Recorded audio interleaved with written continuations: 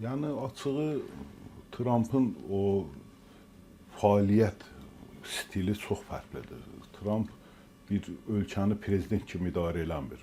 Ölkəni bir makler kimi idarə eləyir və Amerika elə bir dövlətdir ki, Amerikanı makler kimi idarə eləyəndə bu həm də dünyanın makler kimi idarə olunması deməkdir. Yəni belə çıxır ki, bizim hamımız bütün dövlətlər, bütün dünya dövlətləri bir maklerin ümidinə qalıbdır.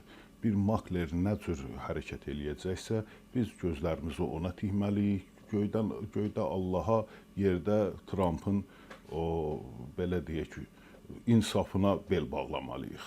İndi nə bilim, yəni o adam özünün, yəni sən hər halda belə deyək, Səudiyyə Ərəbistanı deyilsən, sən Qətər deyilsən, sən dünyanın aparıcı bir dövlətinin, dünyanın ən demokratik o idarəçiliyi ilə seçilən və demokratiyanın qalası sayılan bir dövlətin rəhbərisən, amma danışıqlara özünün kürəkənini göndərirsən, utanmasın qızığı da qoşarsan, ona deyərsən, gedin ikiniz bir danışın, gəlin.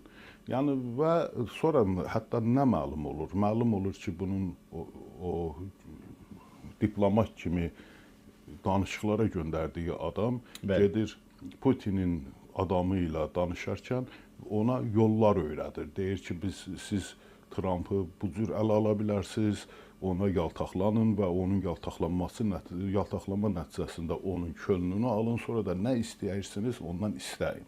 Yəni belə bir öz ölkəsinə belə, öz ölkəsinin maraqlarına belə o sayğısız yanaşan bir insanı sən götürürsən o özünün ən böyük diplomatı kimin özdə təkcə bura göndərmirsən, bütün hardakı o münaqişə zonası var, bütün hardakı gərginlik nöqtəsi var, oralara o səfir təyin edirsən və ora göndərirsən ki, getsin sənin adından danışsın və bunlar cəhənnəm və utanmadan da özünü sülhpərvər, sülh göyərçini adlandırırsan. Sülhpərvər, güya sən sülh gətirəcəksən bu dünyaya. Bunu iddia edirsən, sənin sülh üzrə nazirin, indi ona sülh naziri də demək olar, Vitkov adlı bir adamdır. Kimdir bu Vitkov adlı adam? Biz bunu Putin adamları ilə onun sövdələşməsində gördük. Rəsmən Amerikanın da maraqlarını, Ukraynanın da maraqlarını, demokratik qərbin də maraqlarını o bir qotur keçiyə satan şəxsdir. Və ona da sən özünün o kürəkənini qoşubsan ki, daha çox pul qazana, o pulu qazandıqlarınız pulu bərabər bölüşdürəsiniz. Yəni bu nə bilim, bu dövlət yetkilisindən, dövlət o səlahiyyətlərindən suyu istifadə etmək deməkdir. Özdə Amerika kimi böyük bir dövlətin. İndi hətta deyirlər ki, o Rusiya ilə elə bir müqavilə bağlamaq istəyir ki, bu müqavilənin nəticəsində Şimali Buzlu Okeanında o Antarktidada qalan, Arktikada qalan, buzların altında qalan o yerlərin istismarını, orada o çox ciddi təbii sərvətlər var, neft var, hətta dünya neftinin 30%-nə qədər orada yerləşib, oranın istismarını bərabər hərəkət çıxarmaq istəyirlər. İlkin məlumata görə ən azı buradan $2 trilyon pul qazanacaq. Kim qazanacaq?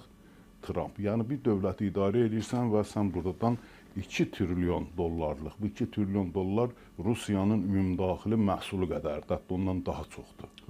Yəni bir dövlətin, böyük bir dövlətin o ümumdaxili məhsulu qədər pul qazanmaq uğrunda sən hər şeyi qatıbsan bir-birinə, Ukraynanı qurban verirsən, nə bilim, Amerikanın maraqlarını qurban verirsən. Yaxşı, indi Ukraynanı başa düşdü, Ukrayna sənin üçün heç kəsdir. Bəs Amerikanın maraqlarını sən necə qurban verə bilərsən?